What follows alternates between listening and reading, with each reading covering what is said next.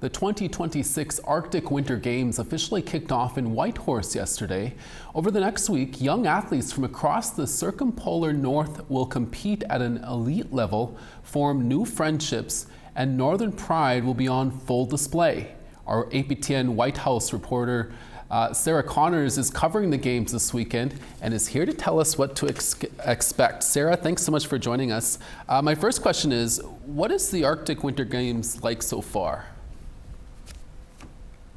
Well, it's shaping up to be an exciting week of competition. Here behind me is the Canada Game Centre, where several sporting events will be happening this week. Today is the first full day of competition, so things are really just getting started right now. But what I can tell you is that there's 2,000 athletes, coaches, and cultural delegates here in Whitehorse this week. And we have contingents like Alaska, Greenland, Nunavik. And so far, there's just been a lot of excitement in the air, and athletes are really eager to compete and represent their contingents and their home communities. What are some of the non-sporting events happening this week, Sara?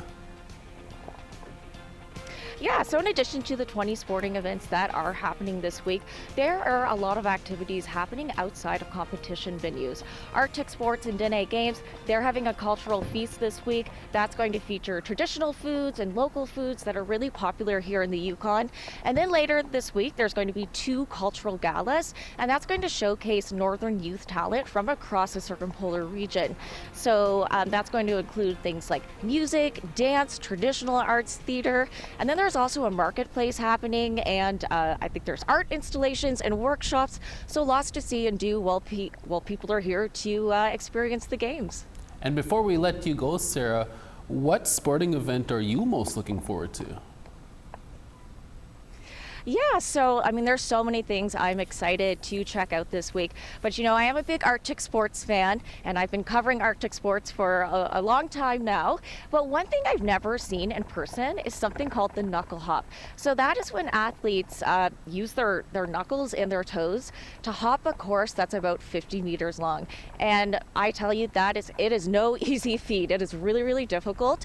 How they do it, I can't tell you, but I'm going to be learning more about that this week when that event is happening, and that's definitely something that's on my schedule this week. You'll definitely have to educate us more about that. That's APTN Sara Connors reporting live from the games. Sara, thanks for this, and we look forward to more of your reporting this week. Thank you.